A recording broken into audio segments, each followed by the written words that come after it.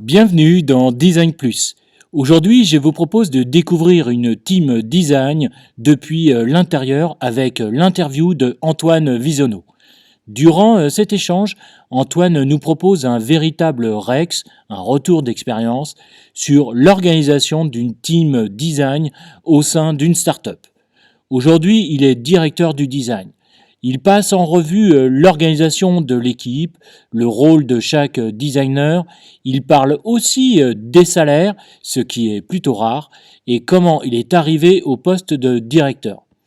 Il décrypte aussi son rôle dans cette équipe, quelles qualités il faut pour être directeur du design et faut-il tout connaître. Et durant cet échange enrichissant, il nous explique comment est organisée la user research dans sa société et vous allez avoir quelques surprises. Mais aussi, selon lui, qu'est-ce qu'un bon design et comment devient-on un bon designer. Maintenant, je vous laisse écouter cette interview et je vous souhaite une très bonne écoute. Je pense que le design doit être au service des utilisateurs tout en rapprochant les marques de leur public. Je suis Laurent Galen, designer d'expérience depuis plus de 10 ans, spécialisé dans le design d'applications mobiles. Avec Design Plus, je vous propose d'aller à la rencontre des designers français UX et UI qui partageront leurs expériences, leurs passions, leur inspiration. Eh bien, bonjour à tous et bonjour Antoine, comment vas-tu ? Très bien, merci Laurent. Alors aujourd'hui, nous sommes réunis tous les deux pour que je puisse t'interviewer sur le rôle du design dans une startup. Tout d'abord, est-ce que tu pourrais te présenter rapidement et ensuite nous dire pourquoi tu voulais parler de ce sujet, s'il te plaît ? Eh bien, avec plaisir. Donc, je suis Antoine Visonneau, je suis directeur du design chez YouSign.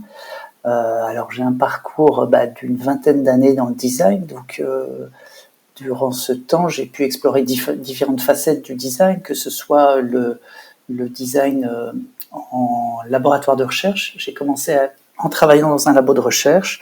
J'étais design and technology spécialiste, c'était aux États-Unis.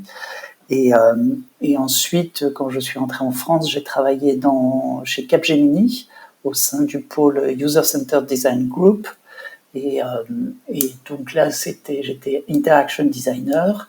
Et donc voilà, j'ai accumulé différentes expériences comme ça, plusieurs donc dans le consulting.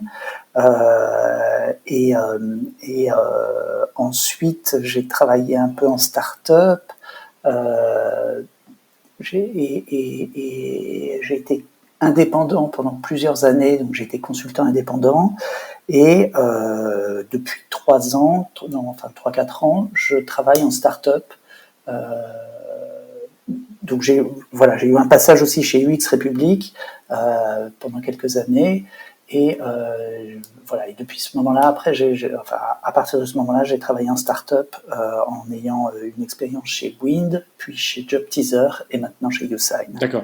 Et il faut dire aussi à nos auditrices et auditeurs que tu es auteur d'un livre aux éditions Erol que j'ai lu qui s'appelle Stratégie de design UX et qui est très intéressant, qui en est à sa 2e édition, je crois, c'est ça, hein ? C'est ça. Écoute, merci de le mentionner. Effectivement, c'est la base de cette histoire, c'est que j'ai donné pendant longtemps des cours au Gobelin et au fur et à mesure du temps, j'ai constitué un cours qui était, on va dire, de plus en plus structuré.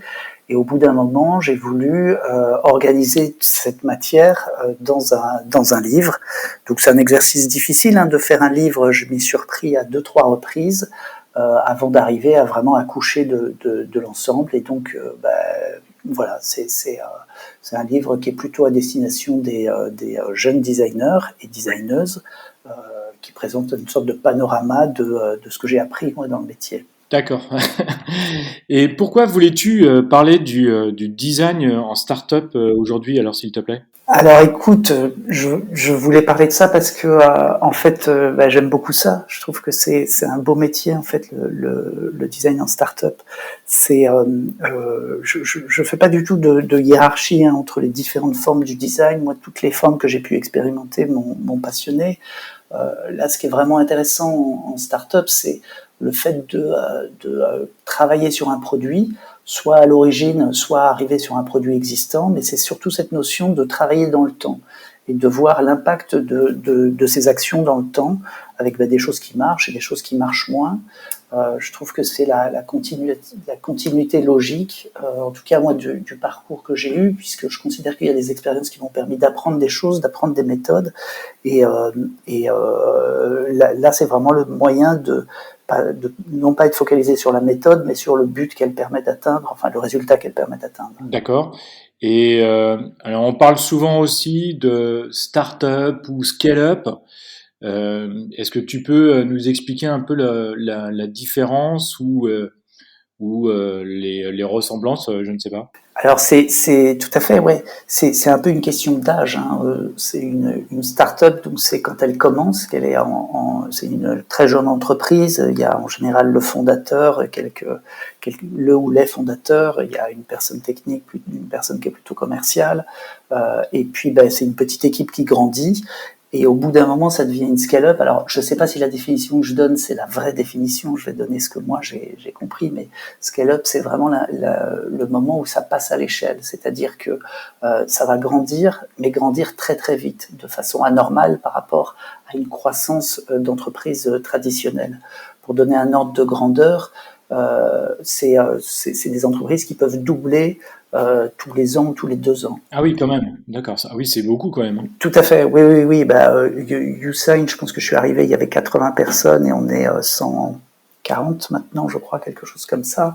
Donc c'est des entreprises qui ont des perspectives de doubler sous 24 mois où évidemment plus on avance, moins on double vite puisque ça progresse très très vite. Mais donc ceci pour dire que il y a cette notion de croissance qui est au cœur de ce qui fait l'entreprise, et donc c'est des conditions tout à fait différentes de travail, parce que la vitesse est un facteur clé.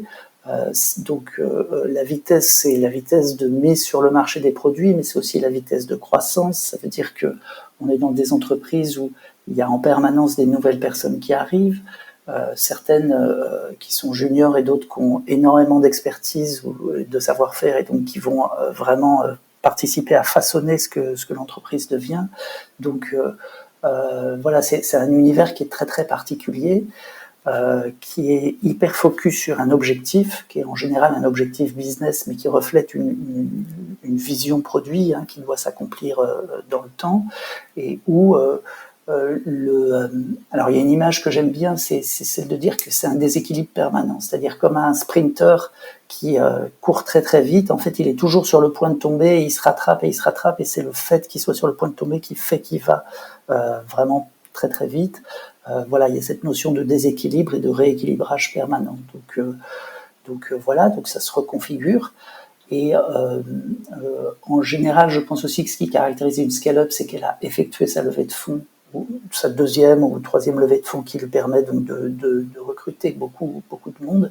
Et donc, du point de vue du design, ce qui est intéressant, c'est cette réactivité et ce focus sur le produit, parce qu'en général, on sait que ce qui conduit au succès, c'est un bon produit. Donc, il y a les moyens et l'énergie et les talents pour faire un bon produit. D'accord. Donc ça voudrait dire que la place du design au sein d'une start-up est à une place plus importante que dans une entreprise dite traditionnelle? Potentiellement, parce que alors tout ça, ça dépend. Hein. Il y a des entreprises dans lesquelles c'est pas la priorité. Il peut y avoir des entreprises très techniques pour lesquelles c'est pas la priorité, et d'autres qui voient énormément de valeur dans le design.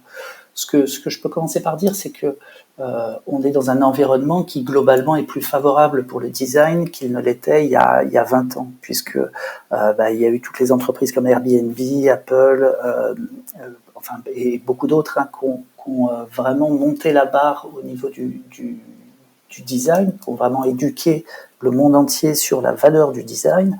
Et du coup, maintenant, ça fait partie des standards de qualité, de ce qu'un utilisateur est en mesure d'attendre. Et donc, dans une startup, c'est particulièrement important d'avoir un facteur de différenciation. Et donc, c'est des univers en général assez compétitifs. Et donc, en tout cas, là où je suis aujourd'hui, chez YouSign, c'est un élément qui est très important. Donc, c'est valorisé. C'est, je veux dire, la philosophie. Nous, on travaille sur un produit donc de signature électronique. Il y a on a des concurrents qui sont plus avancés que nous parce qu'ils existent depuis plus longtemps. Donc, on sait qu'on ne sera pas plus gros qu'eux, mais en revanche, on peut être meilleur qu'eux. Et ça, c'est un angle fort parce que ça fait qu'on a le soutien du management et donc que le design est valorisé dans l'entreprise. D'accord. Et par exemple, quelles sont les valeurs en termes de design qui sont forts chez vous? C'est simple, hein, on veut faire la meilleure expérience utilisateur possible, la plus simple, et, euh, et donc concrètement, bah, c'est qu'on va mettre un soin particulier à des moments de l'expérience utilisateur. On n'a pas des moyens qui nous permettent de faire un produit qui soit absolument parfait sur toutes les pages, et ça c'est une réalité opérationnelle, mais en revanche, il y a des moments qu'on va particulièrement soigner et où là on veut être, voilà, enfin en toute humilité, on veut faire quelque chose de très bien. Donc on va beaucoup regarder, on va passer du temps, on va faire différentes itérations pour arriver à un résultat optimal. Est-ce que ça veut dire que, par exemple, il y a plus de moyens, plus de ressources aussi qui sont mis à disposition de l'équipe design? Oui, tout à fait. Alors, on n'a pas du tout des moyens illimités. En revanche, on a les moyens qu'il faut pour parvenir à l'objectif qu'on nous fixe. Et donc, pour faire un bon design, on sait qu'il faut du temps, il faut plusieurs itérations, il faut faire du test utilisateur, il faut faire de la recherche en amont. Du coup, voilà, ça c'est des choses qu'on arrive à avoir sur lesquelles on n'a pas à se battre parce que tout le monde est convaincu que voilà, on est centré sur le client, la satisfaction du client. En revanche, derrière, voilà, on va mesurer qu'il y a effectivement l'impact attendu qui est atteint, et s'il n'est pas atteint, on fait une nouvelle itération jusqu'à atteindre l'objectif. Donc, c'est des environnements qui sont assez ingénieurs. Hein. Il y a une culture de la mesure, de ce qui est chiffré, mais dans laquelle il y a une place qui est plutôt agréable pour le design. D'accord. Donc, est-ce que du coup, l'équipe design, puisque tu parlais d'ingénieurs, etc., est aussi dépendante des autres pôles pour élever l'équipe, pour travailler en commun, etc. Les autres équipes, en général, apprécient beaucoup de bosser avec les designers parce que c'est une culture différente, parce qu'on travaille par atelier, les post-it, on fait des croquis, on fait ce genre de choses et le résultat, en général, valorise le travail des autres équipes aussi, puisque voilà, on aboutit à des résultats visuels. Donc là-dessus, il n'y a pas de combat à mener. Ce qui est un peu moins visible et qui est parfois plus difficile, c'est que pour avoir de l'impact, on a besoin des autres équipes. On est très dépendant dans ce sens-là. Nous, on travaille beaucoup, d'une part avec le marketing en brand design et d'autre part avec les équipes produits et les ingénieurs pour développer le produit YouSign. Et en fait, nous, tout seuls, on ne peut rien faire. C'est-à-dire que le plus loin qu'on pourra aller, c'est faire la recherche utilisateur, la conception, les maquettes, mais sans développement derrière, notre travail n'a pas d'impact. Et c'est en ce sens que on n'a pas un rôle hiérarchique, on ne peut pas imposer de faire les choses d'une façon ou d'une autre, et en plus, tous les autres pôles, tous les autres métiers ont un avis sur notre travail, parce que nous, on ne va pas aller commenter du code qui a été développé par les ingénieurs, mais en revanche, tout le monde dans l'entreprise a un avis sur le design, si c'est joli, si c'est pas joli, etc. Donc ceci pour dire que c'est un métier qui est quand même assez exposé à la critique et qui est assez dépendant. Et ça, c'est une réalité du quotidien avec laquelle il faut composer. Est-ce que tu penses que l'exposition, la critique, etc., c'est dépendant des entreprises Ou c'est plus difficile, par exemple, en start-up ou dans des grands groupes ou je sais pas. Qu'est-ce que tu en penses? Alors, je pense que déjà, je pense que j'ai pas la réponse absolue parce qu'il n'y a pas de réponse absolue. Je crois que ça dépend vraiment des cultures et des organisations. Ce qu'il y a, c'est qu'il y a des entreprises dans lesquelles il y a un lien hiérarchique, c'est-à-dire que les designers font partie d'une chaîne de production, ils produisent quelque chose, c'est envoyé à l'équipe de développement qui peut être dans un autre pays ou ailleurs et ce sera développé exactement comme ça a été spécifié. Et en startup, c'est pas du tout comme ça que ça se passe. C'est un processus qui est beaucoup plus itératif, où le centre de gravité, en tout cas en product design, c'est la squad, et dans lequel, ben voilà, il y a des avis, et dans les organisations qu'on essaye de mettre en place, c'est de faire en sorte que le centre de décision soit la squad. Euh, Après, donc évidemment, le travail du designer, il est exposé et aux avis des différentes personnes de la squad. Mais en vrai, c'est des gens qui ont un avis qui a beaucoup de valeur, puisque c'est ce sur quoi eux vont travailler, c'est ça qu'ils vont développer, ils ont une culture, une connaissance.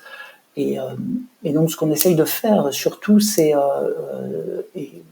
de faire en sorte que la consultation des différentes personnes et le recueil des avis des différentes parties prenantes soit quelque chose de structuré. Voilà, donc c'est d'avoir des consultations en amont, d'impliquer dans le processus de conception, de faire participer au test les développeurs aussi, pour que ben voilà, ce soit une culture partagée, que chacun comprenne un peu mieux le métier de l'autre et qu'on avance voilà, en bonne intelligence. D'accord, ok, c'est super intéressant. D'ailleurs, je suis un peu du même avis que toi. Je pense que avant tout, la culture design, on va dire, c'est avant tout du partage avec les autres. Comme ça, au moins, on embarque tout le monde en même temps, quoi. Ben c'est ça, c'est ça. Et je pense que c'est vraiment lié à cette nature dépendante et qui est dans dans tous les métiers de start-up, hein, en fait. D'accord, ok. Est-ce que tu peux nous dire comment est organisée l'équipe chez YouSign, s'il te plaît? Oui, alors l'équipe est organisée en deux pôles. Évidemment, de l'extérieur, designer, bon, bah, c'est un mot, on a l'impression que c'est quelqu'un qui fait tout. Nous, il y a quand même deux fonctions assez différentes. Il y a la partie brand design et la partie product design. Donc, dans les deux cas, c'est des designers, mais il y a des différences réelles. Donc, la partie brand design, c'est ceux qui travaillent à tout ce qui est communication, euh, donc ils travaillent en forte interaction avec le marketing. On va dire qu'à 80%, c'est une équipe qui travaille en interaction avec le marketing. Ils peuvent ponctuellement travailler pour d'autres équipes, comme les ressources humaines, comme les commerciaux ou le COMEX pour des présentations, des communications. Et donc les métiers qu'il y a en brand design, bah, nous, on a regroupé ça sous un seul terme, donc c'est pas original, c'est brand designer. Mais c'est ouais, c'est un titre chapeau dans lequel, avant que j'arrive, les métiers qu'il y avait, c'était directeur artistique, en l'occurrence directrice artistique, puisque c'était une femme. Euh, il y a web designer. Voilà, ces différents métiers qui sont autour de la communication, donc des gens qui ont une expérience print et digitale ou autour du web design, donc pas forcément orienté produit, mais c'est très communication. Donc ça peut être aussi tout ce qui est la communication sur les réseaux sociaux, tout ce qui est publicité, donc ads, et donc format Facebook, Instagram, etc. Et plus récemment, on a recruté un brand designer, pardon, un motion designer, D'accord, ok. donc qui lui produit des éléments vidéo. Donc c'est soit à partir de captation vidéo, donc ça va être des petites interviews, soit des interviews de clients, soit des interviews ça peut être de notre CEO ou des interviews de sur des sujets autour de la signature électronique. Et donc, il va monter ses vidéos. Donc, c'est un métier un peu de vidéaste. Ça, c'est un volet. Et l'autre volet, c'est vraiment le pure motion design. Donc, c'est des animations typographiques ou des animations d'éléments d'interface pour pour tout ce qui est lancement de produits, donc communication sur les réseaux sociaux. Voilà, dès qu'on lance une nouvelle fonctionnalité, on va le faire savoir potentiellement au monde entier. Et pour ça, voilà, on produit des éléments visuels, souvent des petites animations qui montrent la fonctionnalité, le pain point auquel elle apporte une solution et le gain pour l'utilisateur. D'accord. Votre motion designer ne participe pas, par exemple, à la veille sur les interactions, que ce soit sonore, visuel, qu'il pourrait avoir dans votre produit? En fait, oui et non, ça dépend. Alors, tu mets le doigt sur un truc, c'est que déjà, la veille, ça fait partie de son métier, c'est-à-dire qu'il doit faire de la veille et nous alimenter, voilà, pour, on va dire, nourrir la créativité de chacun sur tout ce qui est motion. Il y a aussi un volet, comme tu le disais, musique ou sonore. Oui, le sound design, oui. Voilà, de sound design. En fait, c'est un profil qui est assez spécialisé, donc il y a un peu, enfin, qui est spécialisé en motion design, mais qui a un peu touche à tout, et c'est des gens qui ont une formation de designer à la base. Et pour répondre à ta question sur ce qui est micro-interaction ou animation dans le produit, la réponse c'est pas aujourd'hui. Mais ça veut pas dire qu'on va pas le faire. Mais aujourd'hui, il a une grosse charge de travail sur la partie réellement communication. Et après, voilà, je sais que c'est quelque chose qui l'intéresse et c'est quelque chose et ça intéresse toute l'équipe qu'on progresse sur ce volet. Donc, il n'y a aucune porte qui est fermée. D'accord, ok. Et donc, il y a une autre partie de l'équipe qui est Design Plus. Qui est le product design. Voilà. Donc, le product design, là, la mission, c'est de construire la meilleure expérience utilisateur sur le produit. Donc l'équipe est composée de product designers. Donc voilà, on peut définir un peu le product designer, c'est quelqu'un qui est alors chez YouSign, parce que encore une fois, j'ai pas la prétention de définir pour toute l'industrie, mais chez YouSign, c'est un profil qui va être plus UX, mais avec une sensibilité UI qui va être plus ou moins forte. Mais donc qui va être capable de couvrir tout le spectre de la conception. Donc quand je parle de conception, en vrai, je veux dire la partie discovery et la partie delivery. Donc c'est la partie en amont de recherche pour comprendre la problématique utilisateur avant de rentrer dans la partie solution.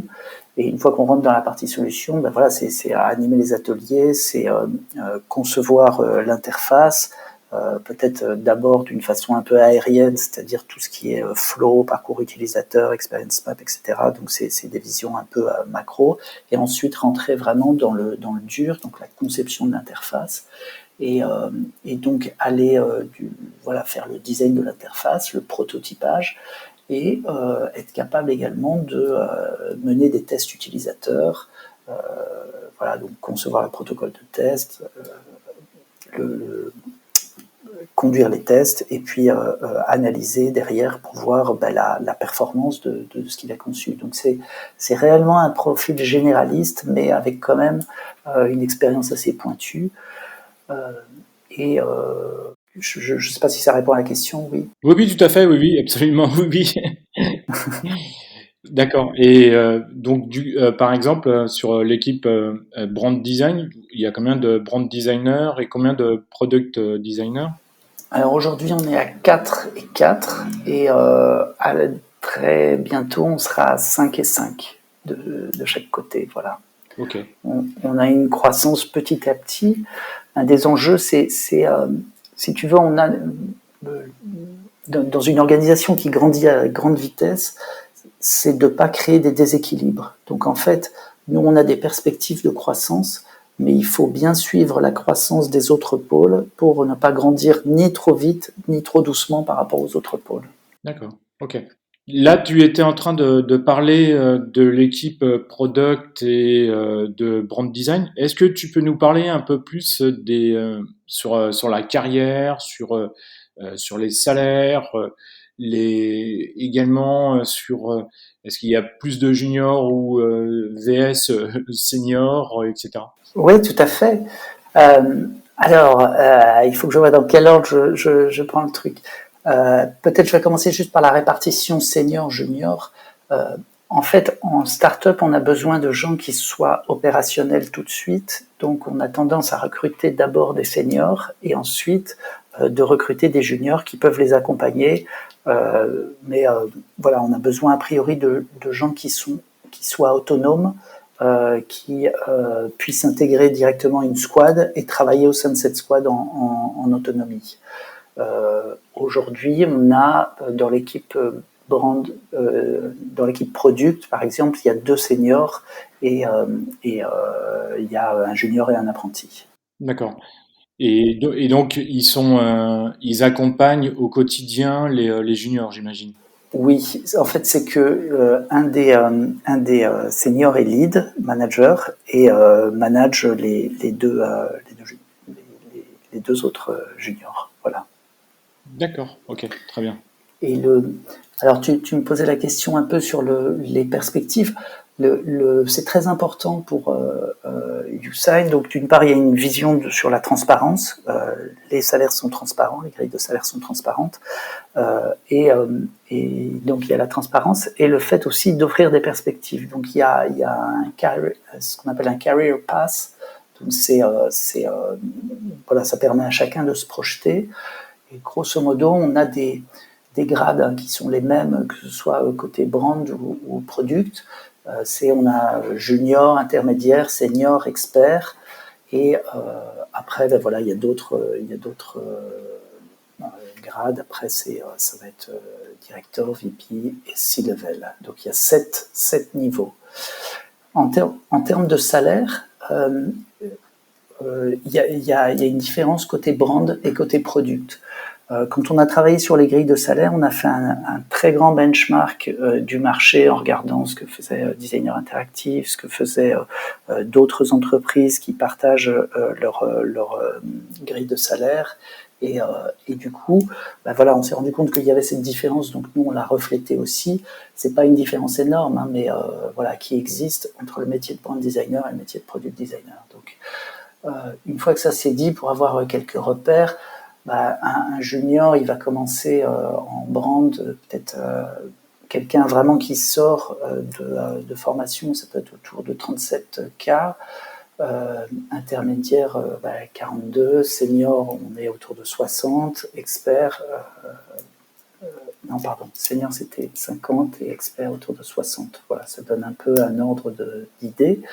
Ce qui est important de comprendre, c'est que il y a une différence aussi entre 2 chemins d'évolution. Il y a une voie qui est de devenir expert et une autre voie qui est celle du management. Et il n'y a pas de hiérarchie entre les deux. C'est-à-dire que le fait de choisir une voie, la voie de l'expert, ça n'implique pas qu'on va moins progresser, qu'on va être moins bien rétribué ou qu'on aura moins d'impact dans l'entreprise. Il y a réellement cette possibilité de s'épanouir et de progresser au travers d'un parcours qui ne soit pas celui d'un manager. Et inversement, il y a la possibilité d'avoir un parcours manager dans lequel voilà, on va faire moins de production, on va devenir moins pointu en termes d'expertise, mais en revanche, on va accompagner l'évolution de profils plus ou moins juniors d'ailleurs. Et voilà, et donc c'est très important de dire qu'il y a ces 2 perspectives qui existent.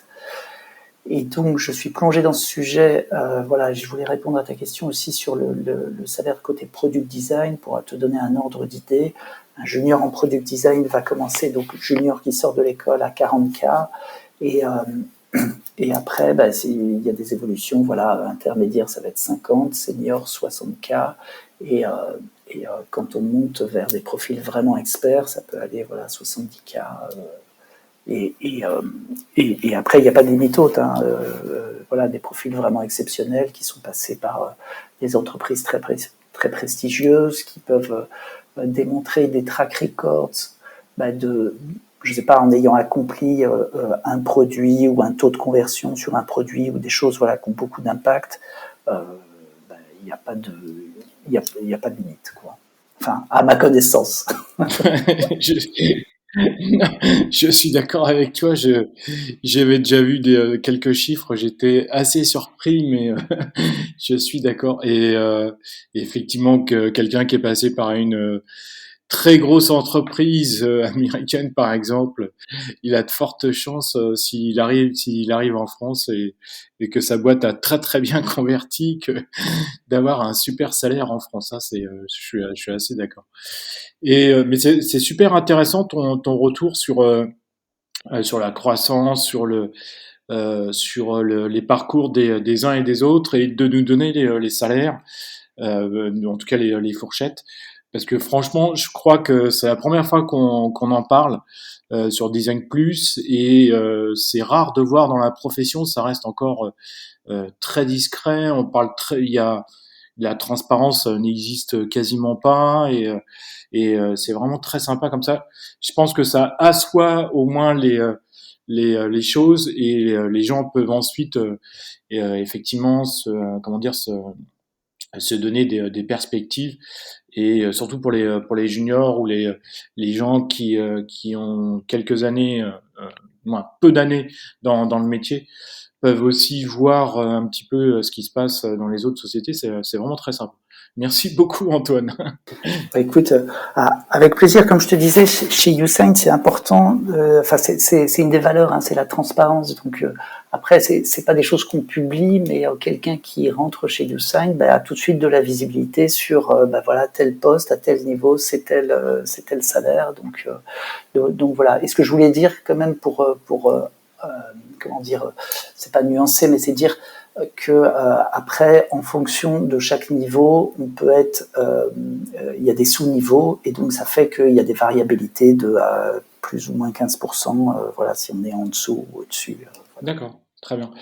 Et puis, bah, il y a une place aussi, je crois, qui est importante dans une startup, en tout cas dans l'équipe design. Bah, c'est celle que tu occupes, celle de directeur design directeur, ou head of design. D'ailleurs, peut-être que tu peux nous dire est-ce qu'il y a une différence entre design director, head of design? Alors, oui, il y en a une. En revanche, là aussi, il faut que je pondère, c'est euh, d'une start-up à l'autre, ça va changer. Ça peut ne pas être la même chose. Hein, donc, les réponses que je peux donner, c'est que ce que je dis est vrai pour YouSign. C'est quand même vrai pour plusieurs startups, hein, parce que c'est pas des choses qu'on a tirées de notre chapeau, mais voilà. Donc, je vais commencer par répondre. Donc, la différence entre un directeur du design et un head of design, c'est que sous un directeur du design, il peut potentiellement y avoir plusieurs head of qui vont être selon des domaines particuliers. Donc, chez YouSign, par exemple, on peut imaginer qu'il y ait à un moment donné un head of brand design et un head of product design. Quand je dis un, c'est un ou une, bien sûr. Voilà. Donc c'est un rôle intermédiaire. Après, en toute humilité, c'est un rôle directeur, il y a encore des perspectives d'évolution. Les suivants sur les échelons, c'est VP et C. Voilà. Tout à fait, oui, tout à fait.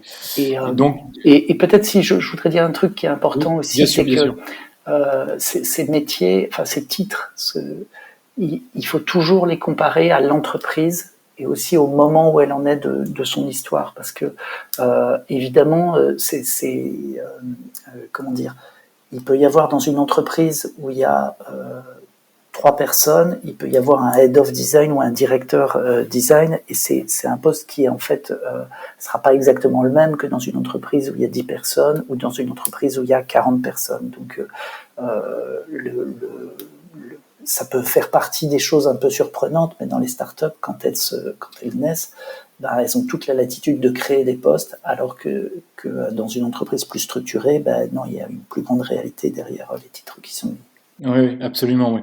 Et donc, pour nous parler de ton poste de directeur design, comment que tu es arrivé là? Combien d'années faut-il d'expérience?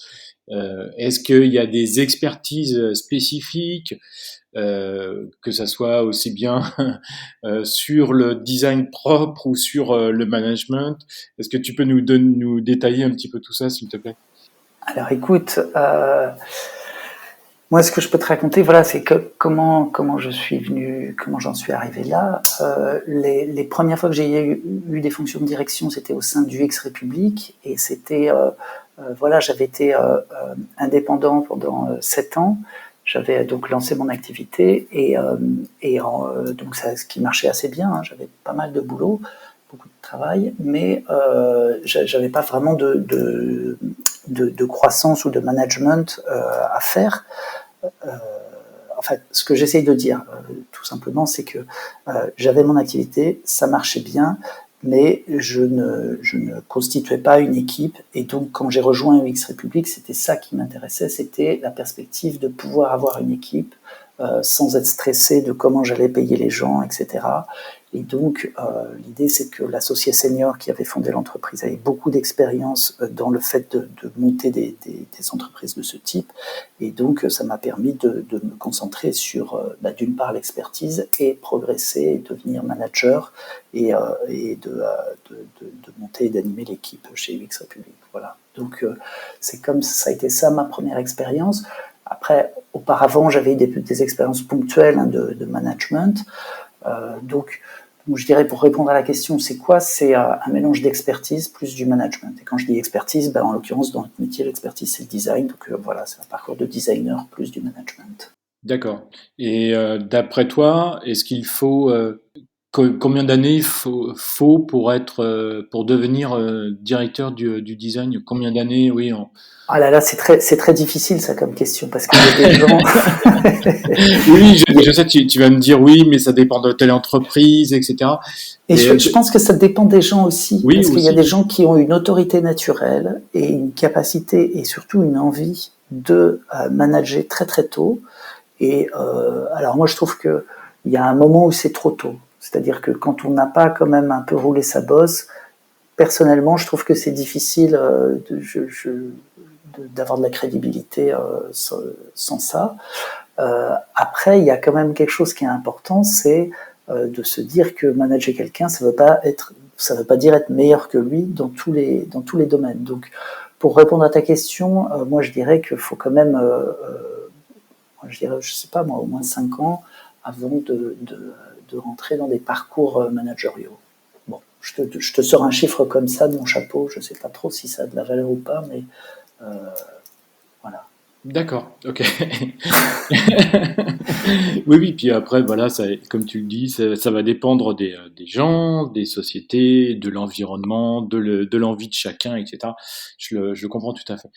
Est-ce que tu peux me dire quelles sont, d'après toi, les qualités requises, ce qu'on appelle aujourd'hui les soft skills, pour être un bon directeur design, s'il te plaît? Alors, c'est un très bon angle. Je vais commencer par ne pas répondre à la question en disant que je pense qu'il faut quelques hard skills, voilà, au début, pour maîtriser le métier, bien connaître le métier. Et maintenant, une fois que j'ai dit ça, je peux commencer à répondre à la question.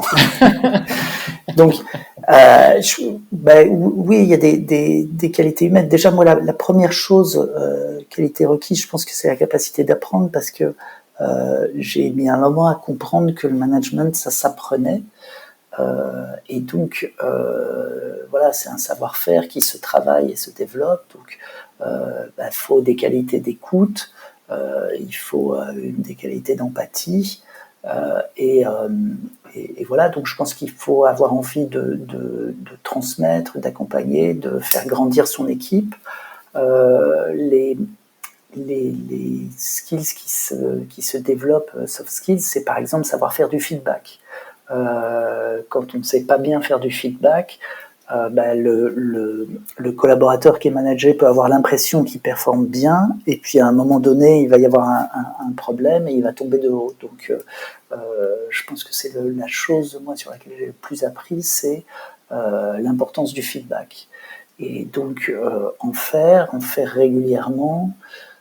J'ai lu des très bons livres là-dessus. Un livre qui s'appelle Radical Candor, qui est vraiment un ouvrage fondateur là-dessus, qui explique un peu les bonnes façons de faire du feedback et l'effet désastreux que ça peut avoir de ne pas faire de feedback. Et donc je disais qualité d'écoute, c'est détecter si quelqu'un dans l'équipe va bien ou va pas bien, ce qui sont des challenges particulièrement ardus dans cette époque de télétravail dans laquelle on sort, mais puisque la crise sanitaire, pour l'instant, je touche du bois, mais elle a l'air de s'éloigner. Mais voilà, donc, chez YouSign, on est une entreprise en remote, donc la 95% de la communication est faite à distance. Donc faire du feedback, il y a écouter et aller chercher du feedback. C'est-à-dire qu'en tant que manager, pareil, on a besoin de progresser. Et pour ça, on ne peut pas le faire si on n'a pas un feedback. Et la tendance naturelle d'un collaborateur vers son manager, c'est pas de lui faire du feedback. Ça va dans l'autre sens. Donc, il faut développer cette culture d'aller chercher du feedback et d'instaurer une relation de confiance qui fait qu'on nous dit les choses à nous aussi. Voilà, je pense qu'il y a une question de communication qui est très importante. Communiquer le travail de son équipe auprès du reste de l'entreprise ou auprès de la hiérarchie. On peut dire faire briller l'équipe, mais effectivement, ça fait partie des responsabilités du manager design. Il y a aussi protéger ses équipes. Protéger ses équipes par rapport à de la pression, par exemple, c'est-à-dire pas faire redescendre la pression directement qu'on peut avoir, mais faire barrage et inversement mettre ses collaborateurs dans toutes les conditions, dans des conditions de succès et les laisser accomplir ce qu'ils ont à accomplir. J'ai d'autres trucs à dire là-dessus aussi. Je crois qu'il y a un côté business aussi qu'on acquiert un peu plus tard dans le temps. Il y a quelques personnes qui ont très jeune un mindset business très fort, mais en design, ça fait pas partie de la culture de base. Et un des rôles, justement, du directeur dans ce cas-là, c'est de resensibiliser les gens, parce qu'on les embauche pour leur qualité créative, pour leur talent, pour leur savoir-faire. Mais une start-up, comme toute entreprise, c'est un état d'esprit assez business, et donc il faut arriver à les sensibiliser à ça, à leur expliquer pourquoi c'est important, ce qu'ils comprennent très très bien d'ailleurs, mais en d'autres termes, souvent c'est comprendre les problématiques des interlocuteurs que moi j'ai et les traduire pour les restes de l'équipe et s'entendre, parce que je pense que ce qu'on voit souvent dans des entreprises, c'est des pôles qui se font la guerre entre eux, qui s'entendent pas. Et en fait, une partie de notre rôle, c'est de traduire les besoins des autres et de faire en sorte que mon équipe les comprenne et qu'on travaille en bonne intelligence. Voilà. Sinon, les qualités requises, s'il y en a quand même une aussi qui est importante, c'est structurer, organiser. Et ça, c'est une chose qu'on peut apporter quand on a vécu plusieurs expériences de scale-up, c'est que il y a des techniques, des façons d'organiser qui fonctionnent mieux que d'autres, et du coup qu'on peut et c'est pour ça d'ailleurs qu'on est embauché, c'est pour les mettre en place dans l'organisation qu'on rejoint. Et puis donc j'ai parlé un peu au début d'écoute, d'empathie, et puis le fait de recruter les bonnes personnes. On rejoint une équipe qui doit grandir et recruter les bonnes personnes à ce moment de l'histoire de l'entreprise, trouver les gens qui ont le profil qui correspond. D'accord. Et est-ce qu'on peut dire que tu es aussi un bon entraîneur quelque part pour avoir une bonne cohésion dans l'équipe? Écoute, en tout cas, j'y travaille. Je sais, c'est pas à moi de dire si je suis un bon un bon ou pas, mais en fait, c'est des choses que j'ai appris aussi au fur et à mesure. Mais c'est que c'est vraiment quelque chose sur lequel il faut pas hésiter à passer du temps.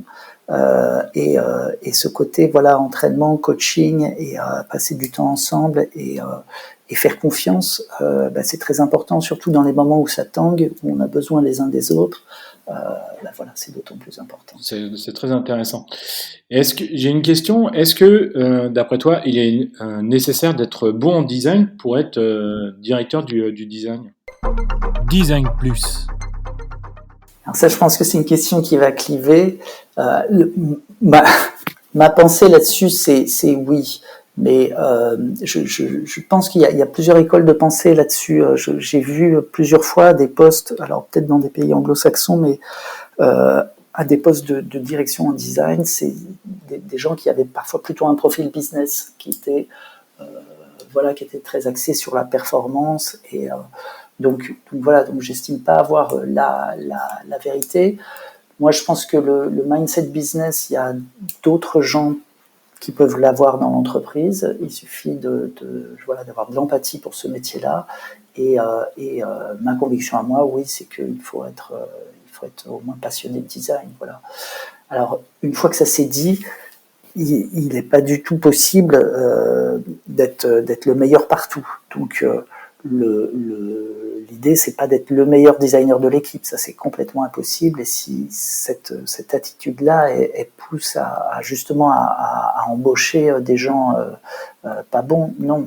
La mission du directeur du design, c'est d'embaucher les meilleures personnes pour l'équipe.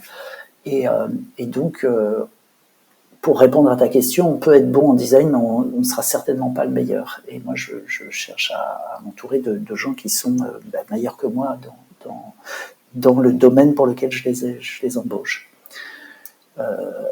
Voilà. Et en revanche, ce à quoi je m'attache, c'est d'avoir une vision claire de ce qu'est un bon design dans le contexte. C'est-à-dire que un bon design, enfin, je ne sais pas si on en parlera par la suite, mais c'est pas dans l'absolu, c'est dans un contexte particulier, dans une entreprise à un moment donné, par rapport à un contexte concurrentiel. Et donc, je pense que là, par contre, c'est important d'avoir une vision claire de ce qu'est un bon design et ce qu'on essaye d'accomplir. Oui, on va en parler juste après, oui, tout à fait. Et alors, tout à l'heure, on parlait des soft skills du directeur design. Maintenant, on va parler hard skills. Est-ce que, d'après toi, il est utile de connaître tous les logiciels, les méthodes de design par cœur? Alors, absolument pas. C'est pareil, ce serait complètement impossible. Dans le sens où ça va très très vite, ça évolue très vite. Et donc, la réponse courte, c'est absolument pas. Il faut choisir ses combats et trouver le bon niveau de distance. C'est-à-dire, moi, je pense que c'est ma responsabilité que l'équipe ait les meilleurs outils du moment. En revanche, c'est pas forcément moi qui vais les connaître. Ce que je vais faire, c'est mettre en place une démarche qui va permettre de rationnellement décider si oui on doit changer pour tel ou tel outil qui vient d'arriver. Mais évidemment, c'est pas moi qui maîtriserai le mieux l'outil dans l'équipe. Voilà. Après, personnellement, j'aime bien mettre les mains à la pâte de temps en temps, mais j'ai pas le niveau des gens de mon équipe. Et pour ce qui est méthode, je pense qu'il y a différentes situations. Il y a des méthodes qui m'intéressent dans lesquelles je me suis plongé, mais après, pareil, il y a une multiplication des méthodes qui fait que ce n'est pas possible d'être le meilleur partout et de connaître toutes les méthodes. Et donc, la réponse courte, c'est non, on ne peut pas tout connaître et maîtriser, c'est pas possible. D'accord. Et par exemple, est-ce que chez YouSign, j'imagine que oui, mais je te pose quand même la question, est-ce que vous faites des reviews ou alors un test en équipe avec plusieurs personnes sur un outil ou sur une méthode pour voir si ce logiciel fonctionne mieux que l'autre en termes de rapidité, d'accès, de multiplicité ou alors de telle méthode parce que quelqu'un a entendu qu'elle était meilleure que celle que vous avez actuellement et que peut-être ça permettrait de travailler plus rapidement ou je sais pas, d'utiliser, d'interviewer plus rapidement ou mieux les utilisateurs, par exemple? Alors, la réponse c'est oui. En fait, la façon qu'on utilise, c'est que parfois on fait un changement qui impacte toute l'équipe. Donc, ça a été par exemple le changement vers Figma. Ça c'est une chose. Voilà, on a fait un test sur une partie et puis après boum, tout le monde est passé. Ce qu'on fait souvent, c'est qu'on expérimente. Il y a une personne qui expérimente à un moment donné. Donc c'est, je sais pas, un designer au sein de sa squad, il travaille sur une problématique particulière. Il va utiliser une nouvelle méthode qu'on ne connaît pas et grosso modo, il va le faire. Et moi, c'est quelque chose que je vais suivre. Et au fur et à mesure qu'il le fait, on va apprendre. Et ensuite, on va évaluer en tant qu'équipe si c'est quelque chose qu'on doit généraliser partout ou au minimum partager aux autres pour, s'ils veulent utiliser cette méthode, qu'ils l'utilisent à leur tour. Donc c'est un mélange d'initiatives individuelles et puis de décisions collégiales après sur comment on s'organise. D'accord, ok, très bien. Pour revenir sur plus globalement sur l'équipe, comment comment on peut faire pour faire progresser l'équipe? C'est-à-dire que est-ce qu'il y a des méthodes, des enjeux pour faire grandir une équipe, s'il te plaît?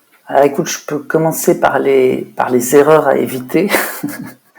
c'est c'est toujours un angle intéressant. Donc moi les erreurs, j'en ai fait.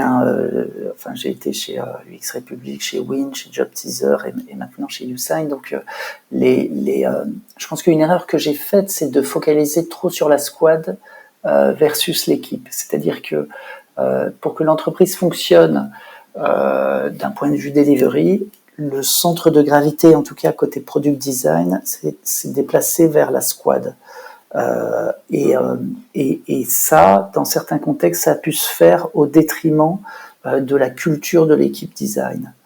Donc, je pense que maintenant, ce qui est très important pour progresser en tant qu'équipe, c'est que c'est l'équipe elle-même, c'est que chacun, s'épanouisse dans le fait d'appartenir à une équipe.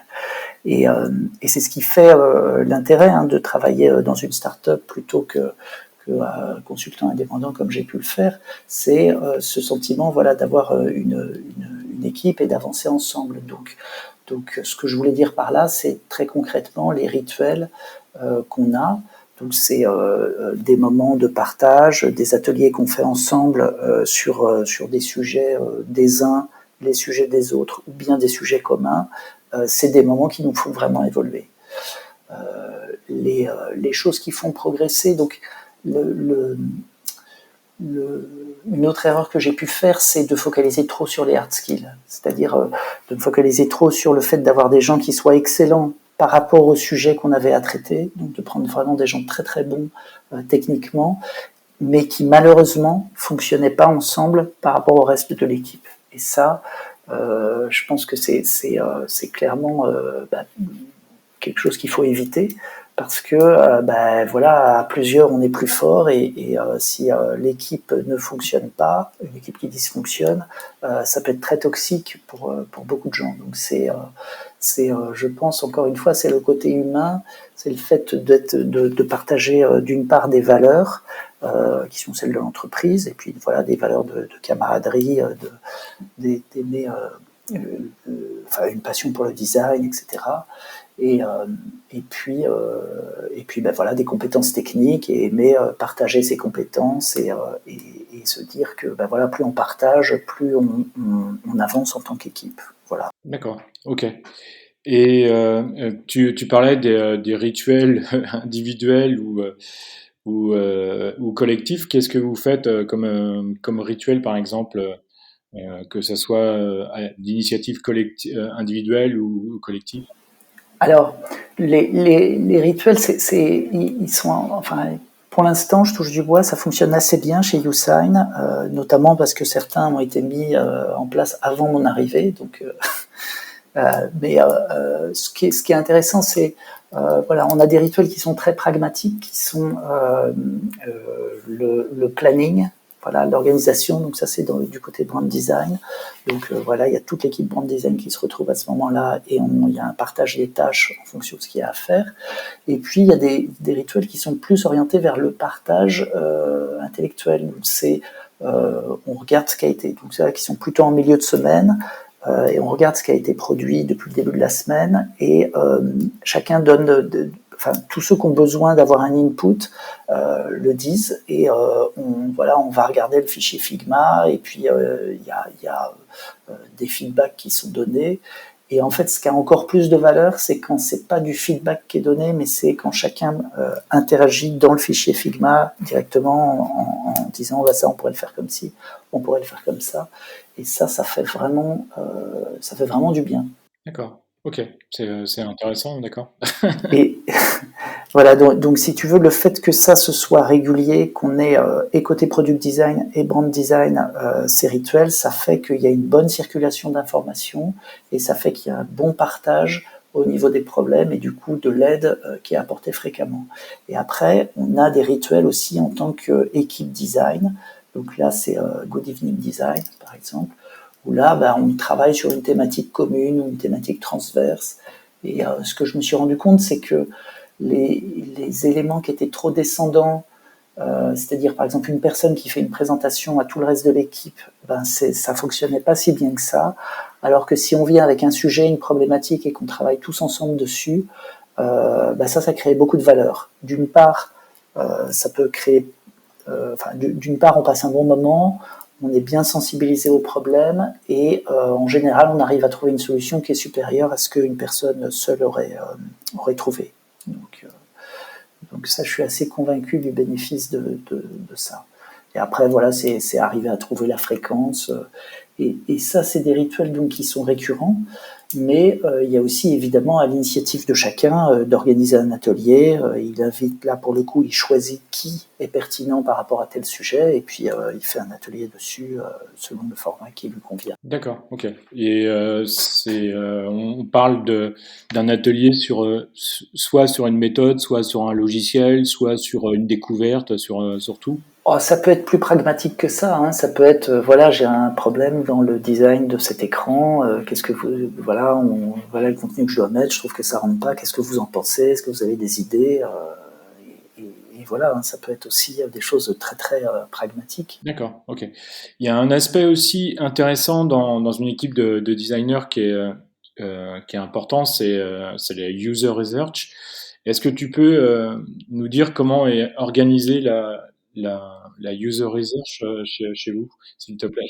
Ah bah tout à fait, ouais. Donc ça c'est un sujet sur lequel j'ai pu expérimenter au travers de différentes expériences. Donc la recherche utilisateur, il y a plusieurs façons de le voir. C'est grosso modo, soit on a un pôle user research, donc avec des profils user researchers qui sont dédiés et qui vont conduire des missions de recherche utilisateur, un petit peu comme un centre de service. Et ça, c'est une option qui est assez difficile à réussir. Moi, quand on avait ça chez Job Teaser, et c'est ce qui est un petit peu compliqué, c'est que c'est un poste qui est un peu à côté de l'équipe. Voilà. Aujourd'hui, tel que c'est chez YouSite, c'est la user research est faite par beaucoup de monde. Elle est faite par les customer service, elle est faite par les PM, elle est faite aussi par les PMM. PMM, je ne sais pas si tout le monde connaît, c'est Product Marketing Manager. Donc c'est un métier du marketing, mais qui a une vision produit aussi. C'est la personne qui va gérer le go-to-market, c'est-à-dire comment on va vendre tel nouveau produit ou quel prix on va donner sur telle ou telle fonctionnalité. Et donc, il va accompagner toute la communication. Et donc, pour faire une bonne communication, il faut au début bien comprendre quelle est la problématique utilisateur à laquelle on répond. Donc, c'est des gens aussi qui font de la user research. Donc, j'ai cité les customers, les services clients, les PM, les PMM et les designers. Donc, il y a beaucoup d'acteurs qui en font de façon plus ou moins consciente ou de façon plus ou moins structurée. Et donc, un des enjeux, ça a été de structurer ça. Donc, la solution vers laquelle on se dirige, nous, c'est de se dire que c'est piloté au sein de la squad, en fonction des besoins de la squad. Et c'est fait au minimum en binôme, donc PM plus designer, mais ça peut être aussi avec PMM ou avec d'autres personnes, avec une certaine flexibilité sur l'ownership, c'est-à-dire sur qui est responsable de ça. Parce que souvent, quand il y a des histoires de chasse gardée, ça devient compliqué. Et donc, on s'est dit, on laisse ça ouvert. il faut que les gens puissent travailler en bonne intelligence. Et voilà. Et donc du coup, la mission pour le coup, c'est d'homogénéiser les pratiques, donc faire en sorte d'avoir les mêmes templates, faire en sorte que voilà, on ait les mêmes façons de recueillir de l'information et de la structurer au travers de l'entreprise. Donc c'est pour ça qu'en fait il y a dans chaque squad qui fait la user research, il y a au moins un designer. Bon, le binôme, dans le binôme il y a au moins un designer parce que c'est lui qui est détenteur de la façon de faire, des templates, etc. quoi, c'est ça? Ben, en vrai, il est co-détenteur. Il est Oui. co-détenteur.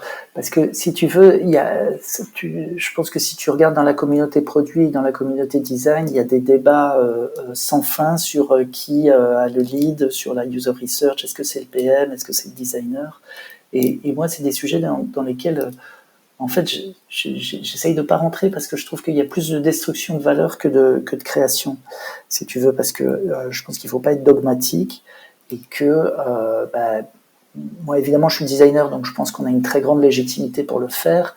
En revanche, quand je vois certains PM qui sont Top Gun face à un designer junior, et pour moi il paraît évident que ça doit être le PM qui doit avoir le leadership dans ce cas-là, quoi. Et dans la situation inverse, c'est l'inverse, quoi. Voilà, un PM junior avec un designer senior, c'est plus le senior qui soit PM ou designer, qui doit avoir le leadership. Donc voilà, ce que j'essaye de dire, c'est de ne pas être trop dogmatique. En revanche, et ça c'est le rôle je pense, du management, hein, d'homogénéiser les pratiques. Et donc, voilà, en ce moment chez YouSign, on fait un travail qui est plus large que la user research, qui est, on va dire, la discovery. Et donc on met, voilà, on travaille sur les méthodes, comment on fait, c'est quoi les bonnes pratiques, et pour que qui que ce soit qui le fasse, ce sera toujours au minimum en binôme, mais qu'on ait un degré assez élevé de confiance sur le résultat qui est atteint. Ouais, ouais, et puis je pense, comme tu dis, ce qui est important, c'est surtout l'homogénéisation des pratiques et puis surtout le résultat qui est important, quoi. Et après, effectivement, à qui ça appartient, qui est détenteur, ça, c'est plus de la guerre je sais plus comment on dit, de chapelle ou de village, et c'est pas très important en fait. Le résultat est le plus important. Mais bon. Et donc, vous avez plusieurs méthodes, c'est ça? Oui, oui, oui. Donc il y a au niveau produit, ce qui est mis en place par le VP produit, c'est la méthode de discovery en général. Et puis, enfin voilà, hein, on travaille vraiment la main dans la main sur ces sujets-là. Et on utilise beaucoup de méthodes différentes. En fait, c'est selon les cas, selon l'urgence, selon le degré d'incertitude. On ne fait pas de la user research dans tous les cas. S'il n'y a pas d'incertitude, on n'en fait pas. Et s'il y a beaucoup d'incertitudes, oui, on va utiliser des méthodes qui peuvent être soit des méthodes très classiques, hein, comme interview d'utilisateur, test utilisateur, ou des méthodes plus exploratoires. Alors quand je dis plus exploratoire, c'est pour moi, parce que j'avais pas forcément beaucoup d'expérience là-dessus, mais sur la data, en essayant vraiment, par exemple, de regarder dans l'analyse des comportements des utilisateurs s'il y a des patterns, est-ce qu'il y a des choses. Par exemple, nous, on a un essai de 14 jours gratuit et on a regardé là-dedans, est-ce qu'il y a des comportements qui font que ça convertit plus, voilà. Et quelles sont les variables qui sont à l'origine de ces choses-là. Et ça peut nourrir le design ensuite pour voilà, mettre plus en avant certaines fonctionnalités que d'autres. Ça, c'est assez passionnant. Mais voilà, donc il y a des méthodes très classiques, des méthodes plus exploratoires. Quoi qu'il en soit, le but, c'est d'avoir un framework commun sur voilà, comment on prépare une collecte d'informations, une user research, en termes de préparation, c'est quoi les hypothèses qu'on pose, le protocole, comment on va recruter, etc. La conduite, comment on conduit, par exemple, un test utilisateur à distance, et puis après l'analyse, et surtout à la fin le partage, parce que les difficultés qu'on peut avoir, c'est que l'information reste un peu coincée au niveau de ce qu'en avait besoin en première main. Or, ça peut créer de la valeur pour un peu tout le monde. Donc voilà, il faut qu'on encourage le partage. D'accord, ok.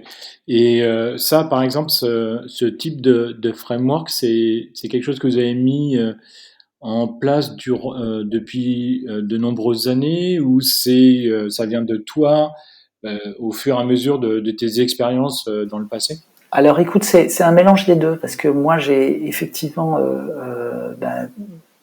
petit à petit acquis certains réflexes, mais en fait les outils changent d'une entreprise à l'autre, et puis après il y a des choses des frameworks de référence qui fonctionnent très très bien, donc je dirais c'est un mélange. Et en plus là en l'occurrence le travail chez Usain il est pas du tout fini quoi, donc on est un peu au début de cette on va dire formalisation de ces outils-là. D'accord, ok. Tout à l'heure, tu avais commencé un peu à aborder la question. Et alors, pour toi, qu'est-ce que c'est qu'un bon design? Alors, bien entendu, c'est une question aussi qui va forcément, qui est clivante par rapport aux auditeurs et aux auditrices et à toute la communauté design. Moi, ce que je veux, c'est juste ton avis, en fait. Ouais, bah oui, et puis ça peut être prétentieux de prétendre d'avoir une réponse à ça. Mais moi, donc ça, c'est un sujet sur lequel j'ai réfléchi dans Stratégie de Design. Quand je l'ai écrit, il y a 3 points qui sont fondamentaux pour moi. Le premier, c'est de répondre à un besoin utilisateur. Donc il y a vraiment cette notion d'arriver à détecter un besoin et d'y répondre.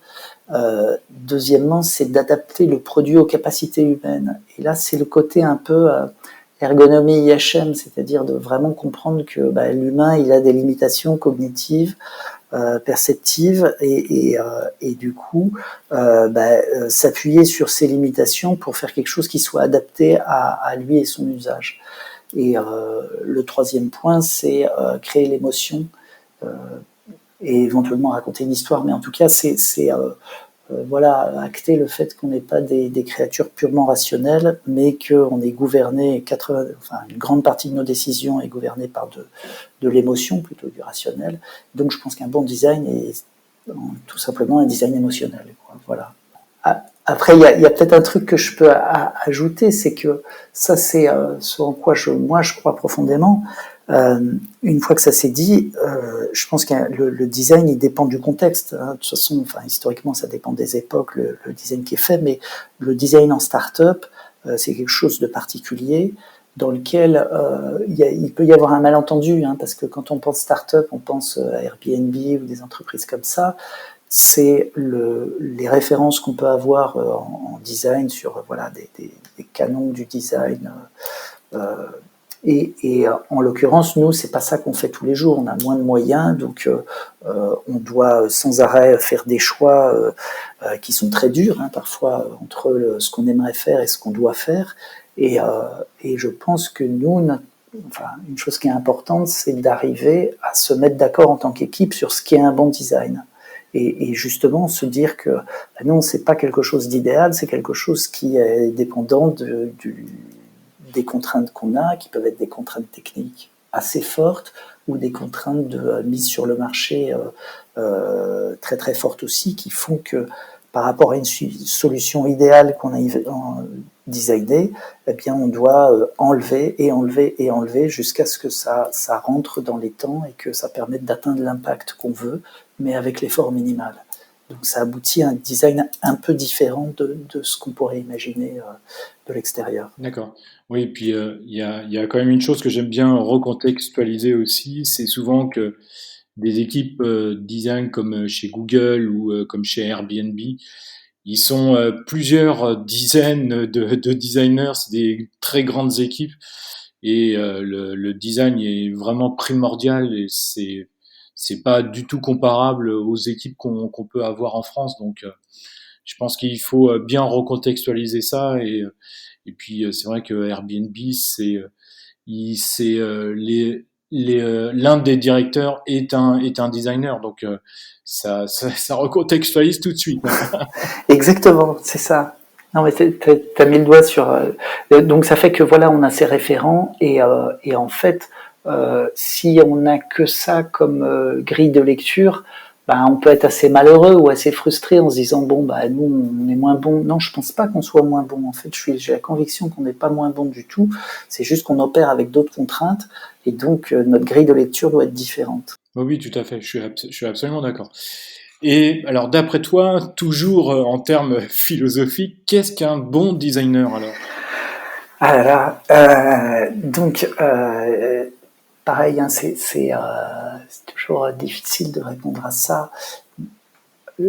Là-dessus, enfin, il y a des choses sur lesquelles j'ai un peu réfléchi. Donc moi, je crois, enfin, j'aime beaucoup dans l'image des profils en T. Pour moi, un bon designer, c'est un profil en T. Donc l'histoire, c'est quoi? C'est la barre verticale du T, c'est l'expertise. Donc c'est quelqu'un qui est très bon en design, qui a une expertise en design. Et puis l'horizontalité, c'est l'empathie. L'empathie pour les autres métiers avec qui il doit travailler. Donc les développeurs, les gens du marketing, les sales, etc., etc. Donc c'est voilà, cette organisation en T du designer. Voilà, donc après, il y a des choses un peu plus personnelles, aimer le bon design et faire du bon design. Ça, je pense que c'est quelque chose que je recherche chez les gens que je recrute. Pour moi, après, ce qui serait important, c'est que ce soit quelqu'un qui soit compatible avec l'équipe, qui partage les mêmes valeurs. Et, donc ça, c'est fondamental. Et, et enfin, le dernier point, c'est que son projet pro soit aligné avec les missions que j'ai à lui proposer. Voilà, je peux tomber parfois sur des gens très talentueux, mais je sais qu'ils vont pas s'épanouir par rapport au type de mission que j'ai à leur proposer. Et que ces mêmes personnes, si je les avais rencontrées dans une autre entreprise ou dans un autre contexte, j'aurais pu les embaucher. D'accord. Est-ce que tu peux nous dire comment, dans une équipe design en start-up, on peut cultiver sa créativité aussi, s'il te plaît? Ben c'est un très bon point. En fait, on travaille avec quand même pas mal de pression, on va assez vite, et c'est vrai qu'on peut se laisser enfermer sans prendre garde dans une logique un peu de delivery. Donc, moi, j'essaye de créer un environnement favorable à la confiance créative, voilà, c'est-à-dire de dire voilà, on a le droit de se tromper et du coup, je pense que c'est le premier niveau, c'est avoir ce niveau de confiance qui permet à la créativité de s'exprimer. Après, je crois que la créativité, c'est comme un muscle, comme un athlète qui s'entraîne régulièrement à un sport de haut niveau, un designer, il doit entraîner sa créativité. Donc soit dans son quotidien, c'est tout le temps hyper créatif, mais la réalité, c'est qu'il y a des hauts et des bas, et donc il faut aussi des side projects ou des choses qui permettent voilà, de se ressourcer et de se nourrir et de s'entraîner en permanence. Je pense que les workshops, c'est une très bonne façon de, de, de cultiver sa créativité, veiller à bien écouter les autres et à rebondir sur les idées des autres. Donc voilà, donc je reviens sur cette histoire de rituel et de moments d'équipe.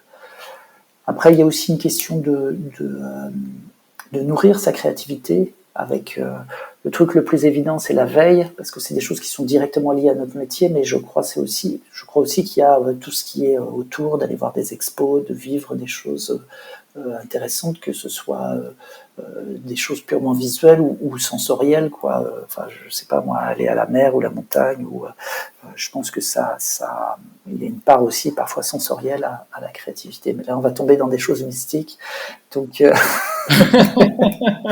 je vais revenir sur des choses plus pragmatiques. Mais voilà, pour en résumé, je pense que c'est quelque chose qui est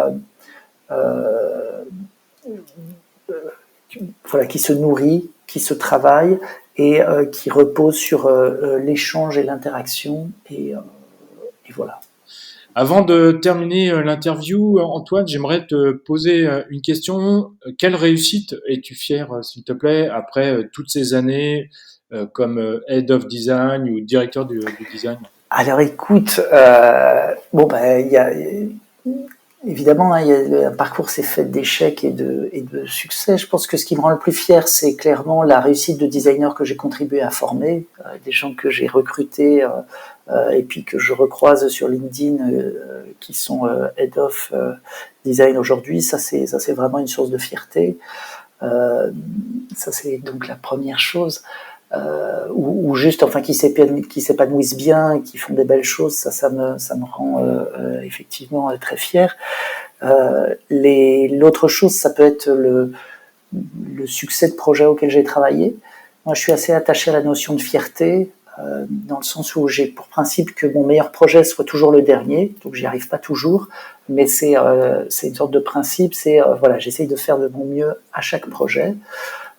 Après, la réalité des choses, c'est qu'en design, on maîtrise pas toute la chaîne de production. Et donc, on contribue au succès ou à l'échec, mais on n'a jamais la paternité complète sur le résultat. Parce que ça dépend de beaucoup trop de facteurs, de la technique, l'expérience utilisateur, ça peut être aussi est-ce que ça charge vite ou pas. Enfin, il y a énormément.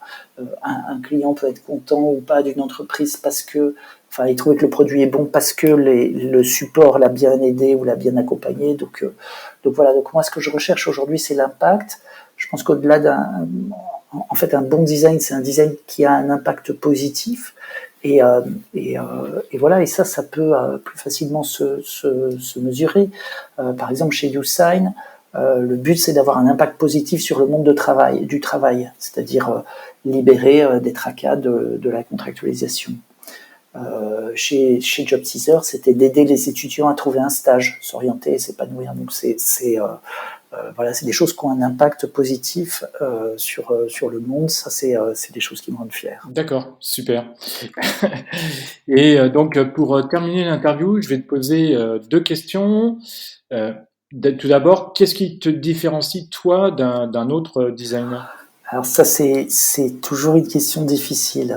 Je pense que je ne peux pas y répondre émotionnellement. Rationnellement, c'est que j'ai plus de 20 ans d'expérience et ça, il n'y en a pas beaucoup sur le marché. Voilà. Et la deuxième question, c'est comment vois-tu ton métier dans 10 ans, s'il te plaît? Alors, je pense que dans 10 ans, il y aura eu des innovations qu'on ne peut pas imaginer aujourd'hui. Et parallèlement, on aura toujours les mêmes fondamentaux. Ce que je veux dire par là, c'est que, ben voilà, avec plus de 20 ans d'expérience, j'ai vu des technologies apparaître et disparaître. Des technologies qui ont révolutionné nos usages, par exemple l'iPhone, qui ont engendré d'autres révolutions comme Uber. Tout ça a créé un énorme appel d'air pour l'UX design, plein d'opportunités, plein de jobs. Donc peut-être que dans 10 ans, il y aura eu une ou deux innovations révolutionnaires comme ça. Je sais pas. Je pense aussi qu'il y a des innovations qui sont cycliques. Là, on parle beaucoup de méta et du métavers. Moi, la question que je me pose, c'est donc déjà, j'ai la même candeur parce que j'adore toute cette approche, toute cette nouveauté. Mais la question que je me pose, c'est est-ce que cette fois-ci sera la bonne? J'ai déjà vu plusieurs innovations autour voilà, de la réalité virtuelle, de monde alternatif. Il y a eu VRML, Alpha World, Second Life, c'est des choses vraiment que j'ai connues en début de carrière. Hein. Après, il y a eu une hype sur la VR et sur l'AR, la réalité augmentée. Voilà, là maintenant on parle du métavers, on reparle du métavers. La question de base, c'est souvent, ça a été une technologie à la recherche d'un usage qui ne s'est jamais concrétisé. Donc voilà, donc je me prépare potentiellement à quelque chose qui va monter, peut-être qui va redescendre, ou pour qui cette fois ce sera la bonne. Et après, ce que je voulais dire, c'est que dans 10 ans, enfin, si je regarde ce qui s'est passé sur les 20 dernières années, les fondamentaux sont identiques. C'est-à-dire il y a des nouveaux outils, des nouveaux devices, des nouveaux usages, mais l'homme lui-même, et la femme bien sûr, n'ont pas fondamentalement changé. On est sur des échelles. Et donc les méthodes de conception centrées sur l'utilisateur, elles sont quand même assez proches de ce qu'il y avait avant. Je pense à la norme ISO 13407 qui a spécifié voilà, comment traiter du facteur humain. Eh bien, finalement, le design thinking, c'est assez proche et les méthodes qu'on utilise aujourd'hui sont assez proches. Donc il y a toujours des nouvelles façons de plus en plus ingénieuses ou s'appuyant sur plus de technologie ou plus d'audace, mais je dirais la macrostructure c'est quand même la même. Et du coup, je pense que on va travailler sur des choses nouvelles qu'on n'imagine pas, mais avec des méthodes assez proches de celles qu'on utilise aujourd'hui. D'accord, ok. C'est super intéressant. Et oui, c'est vrai, le métaverse, ça me rappelle effectivement un peu comme toi, le Second Life. Et il y avait eu une grosse hype, effectivement, il y a combien, 20 ans, non? Quelque chose comme ça, 15 ans? Ouais, je pense. Second Life? Ouais, c'est plus peut-être 15 ans, ouais. Et c'était avec toutes les agences de com qui faisaient pour toutes les boîtes des bâtiments dans Second Life. Et il y a eu beaucoup d'énergie et de créativité investie là-dedans. Ouais, et puis quelques années plus tard, c'est retombé le gâteau a été, il est retombé aussitôt, quoi. C'était assez fou, comme bon. On verra ce que ça donnera, un métaverse, on verra bien. Il y a peut-être plus de moyens techniques aujourd'hui, on verra bien. Et donc maintenant, je vais te laisser la conclusion et je voudrais te poser donc une question. Si tu avais un seul conseil à donner à nos auditeurs et auditrices, quel serait ce conseil, s'il te plaît? Alors, c'est la curiosité. Je pense que le principe, enfin la chose principale, c'est de continuer à apprendre toujours pour être bon, pour rester bon dans son métier, mais aussi pour garder la flamme année après année. Voilà, c'est ce que j'essaie de faire, moi, c'est de rester connecté aux fondamentaux de mon métier. C'est ça qui fait que ça continue de me plaire, c'est que je continue d'apprendre des choses. Et ce qui est chouette comme perspective, c'est que je pense qu'un designer, c'est comme du bon vin, ça se bonifie dans le temps. D'accord. Eh bien, bon appétit si vous êtes à table ou. Eh bien, merci beaucoup. C'était vraiment très sympa, Antoine, de t'avoir dans Design Plus et que tu viennes partager ton expérience dans les nombreuses startups ou sociétés dans lesquelles t'es passé. C'était vraiment très sympa. Merci beaucoup à toi. Merci Laurent, c'était un plaisir. Eh bien, merci à toutes et à tous de nous avoir écoutés et je vous dis donc à très bientôt pour un nouvel épisode. Merci, au revoir. Au revoir. Merci d'avoir écouté cet épisode de Design Plus jusqu'au bout. Maintenant, partagez cet épisode à 2 personnes autour de vous et mettez une note de 5 étoiles ou un pouce en l'air avec un commentaire sympa. Cela me permettra d'échanger avec vous et de faire monter mon podcast dans les classements. Je vous donne rendez-vous prochainement pour un nouvel épisode. N'oubliez pas de vous abonner à ce podcast. Vous pouvez suivre Design Plus sur Instagram, Design plus PLUS _podcast et sur LinkedIn, Design plus le podcast.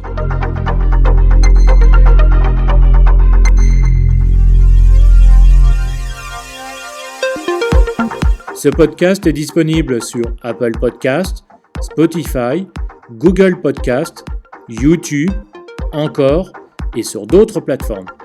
Retrouvez la liste complète dans la description de chaque épisode.